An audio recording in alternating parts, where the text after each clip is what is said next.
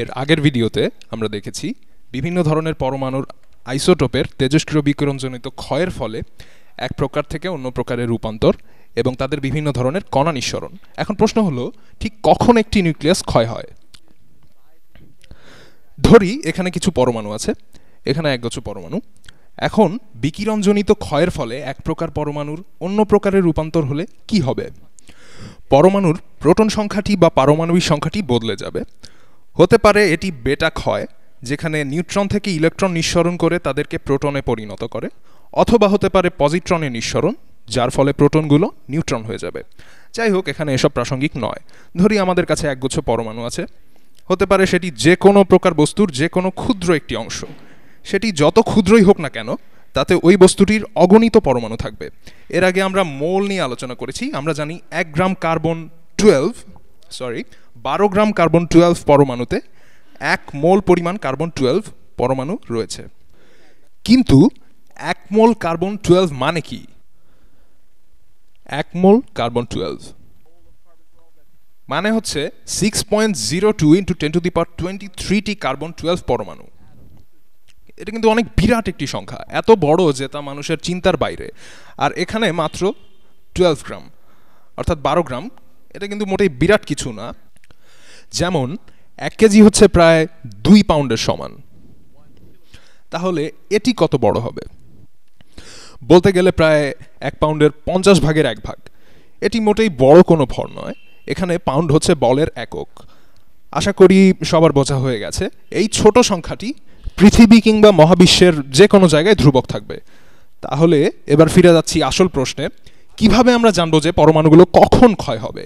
ধরলাম এগুলো কার্বন 12 নয়, কার্বন 14 পরমাণু। আমরা কিভাবে জানবো যে পরমাণুগুলো কখন ক্ষয় হবে? এর উত্তর আসলে জানার কোনো উপায় নেই। একটি নির্দিষ্ট পরমাণু কিংবা পরমাণুর আইসোটোপ যে কোনো সময় ক্ষয় হতে পারে। হতে পারে এগুলোর ভেতর কয়েকটি মাত্র ক্ষয় হবে। ধরলাম এই পরমাণুটি এইমাত্র ক্ষয় হয়ে গেল, তারপর অনেক অনেক সময় পরও কিচ্ছু হলো না, তারপর হঠাৎ করেই আরও 2টো পরমাণু ক্ষয় হয়ে গেল। আমরা পদার্থ, রসায়ন কিংবা কোয়ান্টাম মেকানিক্সে যাই পড়ি না কেন, সব কিছুই আসলে সম্ভাব্যতার উপর দাঁড়িয়ে আছে। এই ক্ষেত্রে যদি আমরা জানতে পারতাম যে নিউক্লিয়াসের ভেতরে আসলে কি আছে, তাহলে হয়তো এই সম্ভাব্যতার মাত্রাটিও কমিয়ে আনা যেত। যেহেতু আমরা জানি না যে নিউক্লিয়াসের ভেতরে আসলে কি ঘটছে, তাই এখানে সম্ভাব্যতার উপর নির্ভর করা ছাড়া আমাদের আর কোনো উপায় নেই। এখন এখানে আপনি প্রশ্ন করতে পারেন, ঠিক আছে, তাহলে পরবর্তী 1 সেকেন্ডে একটি পরমাণুর অবস্থা কি দাঁড়াবে? কিংবা আপনার মনে আরও অনেক রকম প্রশ্ন আসতে পারে, কিন্তু এখানে আমরা আরও বড় পরিধিতে আরও অনেক বেশি পরমাণু নিয়ে চিন্তা করছি। তাই এই সমস্ত ব্যাপারগুলো আরও সহজভাবে বোঝার জন্যই নানা রকম শব্দ বা টার্মের উৎপত্তি হয়েছে, যার ভেতর একটি হচ্ছে অর্ধায়ু বা হাফ লাইফ। আমরা নিচের এগুলো মুছে দিচ্ছি। এখন এখানে ওপরে কিছু বর্ণনা রয়েছে, সেখান থেকে অর্ধায়ু কথাটির মানে আরেকটু পরিষ্কার হবে বলে আশা করছি। এখানে আমি একটি বিকিরণজনিত ক্ষয়ের বিক্রিয়া লিখেছি, যেখানে আছে কার্বন 14 পরমাণু, যা ক্ষয় হয়ে নাইট্রোজেন 14 পরমাণুতে পরিণত হচ্ছে। আরেকটু ভালো করে দেখলে 6টি প্রোটন থেকে 7টি প্রোটন হয়ে যাচ্ছে, ভর সংখ্যা একই থাকছে। তাহলে কোনো একটি নিউট্রন এখানে প্রোটনে পরিণত হয়েছে। এটা হয়েছে একটি ইলেকট্রন নিঃসরণের ফলে, যা কিনা বেটা কণা নামেও পরিচিত। তাহলে লিখতে পারি এটির -1 চার্জ। আপেক্ষিকভাবে এটির ভর 0 ধরা হলেও এটির নগণ্য কিছু ভর আছে, এটি হচ্ছে সংকেত। তাহলে এটা হচ্ছে বেটা ক্ষয়। এবারে ফিরে আসি অর্ধায়ুর ব্যাপারটিতে। এখানে আলোচনা হচ্ছে কার্বন নিয়ে। এবারে ধরি 10 গ্রাম কার্বন ধরলাম, একটি কার্বন ব্লক যার ভর 10 গ্রাম। এটি কার্বন 14 পরমাণু দিয়ে গঠিত একটি ব্লক। এটি কার্বনের একটি আইসোটোপ। মনে রাখতে হবে যে কার্বনের আরও একটি আইসোটোপ আছে, যেটি হচ্ছে কার্বন 12, যার পারমাণবিক ভর 12। কার্বন 14 পরমাণুর ক্ষেত্রে যেটি হলো 14, কিন্তু বিভিন্ন মৌলের বিভিন্ন ধরনের আইসোটোপ আছে। এখানে পারমাণবিক সংখ্যা থেকে বোঝা যাচ্ছে যে কার্বন পরমাণুতে 6টি প্রোটন আছে।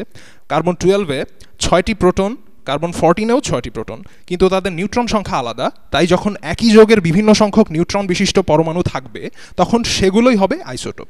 তাহলে এই কার্বন 14 পরমাণুটি কিংবা কার্বনের আইসোটোপটির পরিমাণ 10 গ্রাম। যদি এটির অর্ধায়ু 5740 বছর হয়, এবং যদি আজ 10 গ্রাম পরিমাণ অক্ষত কার্বন 14 পরমাণু আমরা নেই, তাহলে 5740 বছর পর এটির অর্ধেক নাইট্রোজেন 14 পরমাণুতে রূপান্তরিত হয়ে যাবে বেটা ক্ষয়ের মাধ্যমে। তাহলে এবার আপনি যদি ভাবেন আচ্ছা ঠিক আছে, তাহলে নাইট্রোজেনটি গাঢ় লাল করে দিচ্ছি, আপনি ভাবতে পারেন তাহলে হয়তো এই অর্ধেক নাইট্রোজেন হয়ে গেছে। আমি এভাবে এই ছবিটি অনেক ফিজিক্স বা কেমিস্ট্রি ক্লাসে আঁকতে দেখেছি আর ভেবেছি কিভাবে এই অর্ধেকটা জানছে যে তাকে নাইট্রোজেন হয়ে যেতে হবে আর কিভাবে এই অর্ধেকটা জানছে যে তাকে অক্ষত কার্বন থাকতে হবে। উত্তরটা হলো তারা জানে না। এই ছবিটা আসলে এভাবে আঁকা ঠিক নয়। এবারে এটা নতুন করে আঁকছি। তাহলে এটাই হচ্ছে আমাদের কার্বন 14 পরমাণু সমৃদ্ধ ব্লকটি। তাহলে এখন 5740 বছর পরে যেটা হবে সেটা হলো এর মধ্য থেকে সম্ভাব্য কিছু পরমাণু নাইট্রোজেনে পরিণত হয়ে যাবে। এটা যে কোনো পরমাণুর ক্ষেত্রেই হতে পারে, যে কোনো পয়েন্টে। তাহলে ব্যাপারটা এরকম যে 5740 বছর পর 50% সম্ভাবনা আছে যে এই কার্বন পরমাণু রূপান্তরিত হয়ে নাইট্রোজেন হয়ে যাবে। তাহলে 5740 বছর পর যা কিনা কার্বনের অর্ধায়ু, এই পরমাণুগুলোর নাইট্রোজেনে পরিণত হবার সম্ভাবনা 50%। তাহলে এবারে অর্ধায়ুর পরে অর্ধেক সংখ্যক পরমাণু এখন নাইট্রোজেন হয়ে গেছে। এবারে তাহলে একটি অর্ধায়ুর পরে আমরা পেলাম, এটা কেটে দিচ্ছি, আমরা শুরু করেছিলাম এটা দিয়ে, পুরো 10 গ্রাম ছিল কার্বন, 10 গ্রাম কার্বন 14 পরমাণু। এক অর্ধায়ুর পর যার অবস্থা এই, এক অর্ধায়ু। তাহলে এবারে আমাদের থাকলো 5 গ্রাম কার্বন 14 পরমাণু আর 5 গ্রাম নাইট্রোজেন 14 পরমাণু। আচ্ছা, এবারে আসুন দেখি আরেকটি অর্ধায়ুর পর কি হবে। এখানে বলে রাখা ভালো যে বিভিন্ন মৌলের বিভিন্ন অর্ধায়ু থাকে যদি তারা তেজস্ক্রিয় হয়। এখন কার্বন 14 পরমাণুর ক্ষেত্রে 5740 বছর পর যদি আমি একটি পরমাণুর কথা বিবেচনা করি তাহলে এক্ষেত্রে 50% সম্ভাবনা আছে যে এটি ক্ষয় হয়ে যাবে। তাহলে এবার যদি আমরা আরেকটি অর্ধায়ুর কথা চিন্তা করি, আরেকটি অর্ধায়ু আমাদের ছিল 5 গ্রাম কার্বন 14, আমি এটা কপি পেস্ট করে দিচ্ছি, শুরু হয়েছিল এখান থেকে।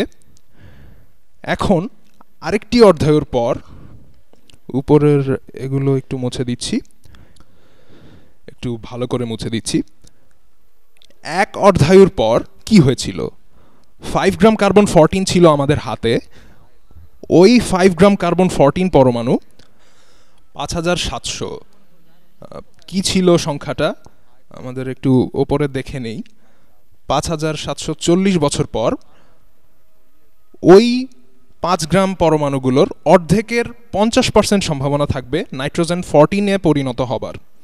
তাহলে এখন এখানে নাইট্রোজেন 14-এর সংখ্যা আরও বেড়ে যাবে। এবার তাহলে 5 গ্রামের অর্ধেক থাকলো, অর্থাৎ 2.5 গ্রাম কার্বন 14 পরমাণু থাকলো, আর নাইট্রোজেন 14 কততে দাঁড়ালো, আরও 2.5 গ্রাম বেড়ে গিয়ে নাইট্রোজেন 14 এখন 7.5 গ্রাম, 7.5 গ্রাম নাইট্রোজেন 14। এখন আমরা আরও পরের কথা চিন্তা করতে পারি, আরও সময় গেলে ভবিষ্যতে কি হবে তা নিয়ে ভাবতে পারি। যতই ভাবি না কেন প্রত্যেক অর্ধায়ুর পরে, অর্থাৎ সবসময় 5740 বছর পর আমরা যা নিয়ে শুরু করেছিলাম তার ঠিক অর্ধেক পরিমাণ কার্বন থাকবে, কিন্তু তারপরও আমাদের হাতে সবসময় কিছু না কিছু কার্বন থেকে যাবে। এখন আপনাদের কাছে আমার প্রশ্ন, ধরলাম আমাদের এখানে একটি মাত্র কার্বন পরমাণু আছে, এর নিউক্লিয়াসে আছে 6টি প্রোটন, 1 2 3 4 5 6, এখানে আছে 8টি নিউট্রন, আরও আছে 6টি ইলেকট্রন, 1 2 3 4 5 6। এখন প্রশ্নটা হলো যে 1 সেকেন্ড পরে কি হতে পারে, 1 সেকেন্ড পরে কি হতে পারে? এর উত্তর আসলে কেউ জানে না। হতে পারে এটার কিছুই হবে না, অথবা হতে পারে 1 সেকেন্ড পরে এটা নাইট্রোজেন 14 হয়ে গেছে। এখন বলুন তো 1 বিলিয়ন বছর পরে কি হবে? 1 বিলিয়ন বছর পরে, 1 বিলিয়ন বছর পরে হয়তো এটা নাইট্রোজেন 14 হয়ে যেতে পারে, কিন্তু নাও হতে পারে, তার কোনো ঠিক নেই। হতে পারে এটি একটি এমন ভীষণ স্টেবল একটা নিউক্লিয়াস যার কোনো পরিবর্তন হবে না এবং কার্বন 14ই থেকে যাবে। তো তাহলে এই একটি পরমাণুর ক্ষেত্রে 5740 বছর পর এই পরমাণুটি নাইট্রোজেন হয়ে যাবে কিনা তা জানার কোনোই উপায় নেই।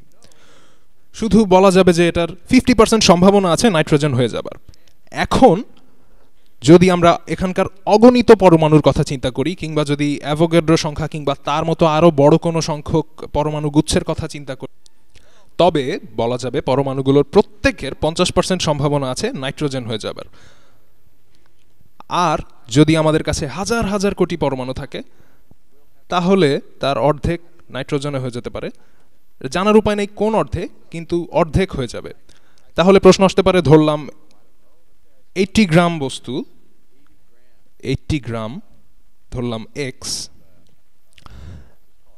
যার অর্ধায়ু 2 বছর, ধরলাম 2 বছর অর্ধায়ু।